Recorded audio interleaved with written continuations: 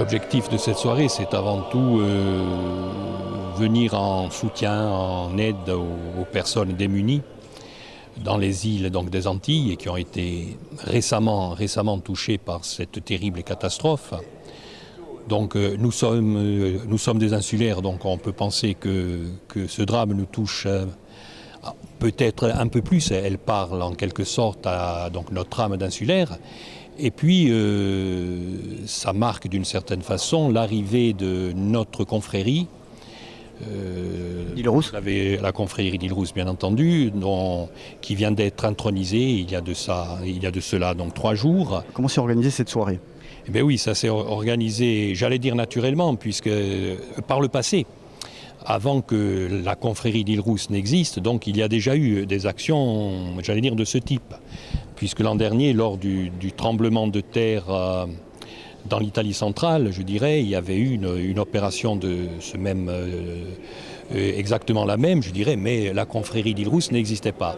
Donc là, c'est un peu un appel qui a été lancé à toutes les confréries balanines, du moins à une partie de ces confréries, et celles qui ont participé à l'intronisation l'autre jour, et qui nous ont accompagnés, qui nous ont préparés, etc., etc.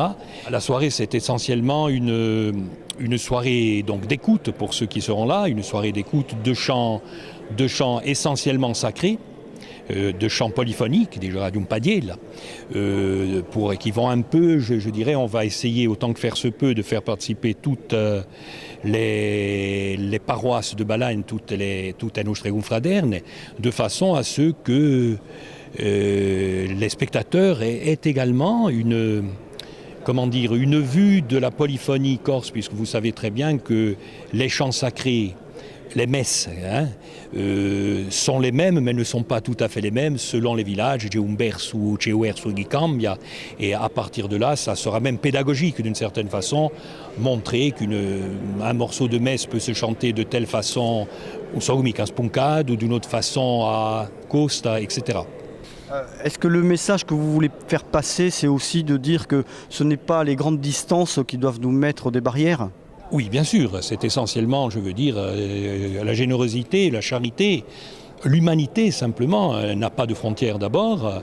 Les distances que la misère se passe dans notre propre cité ou qu'elle soit, je veux dire, qu'elle ait lieu à des kilomètres au-delà des océans, je dirais, etc., ça n'a pas d'importance. La souffrance humaine, elle nous touche toujours quelque part. Vous voulez réagir assez vite ? Oui, de façon à ce que les gens qui sont dans la misère la plus totale, je pense, c'est la Croix-Rouge d'ailleurs qui acheminera les sommes récoltées. Donc on peut penser qu'avec un organisme international, j'allais dire, comme la Croix-Rouge, les choses iront vite et les personnes qui ont tout perdu, parce qu'on n'en a peut-être pas conscience ici, mais il y a des gens qui ont carrément tout perdu, donc que ces gens-là soient véritablement secourus dans les délais relativement brefs.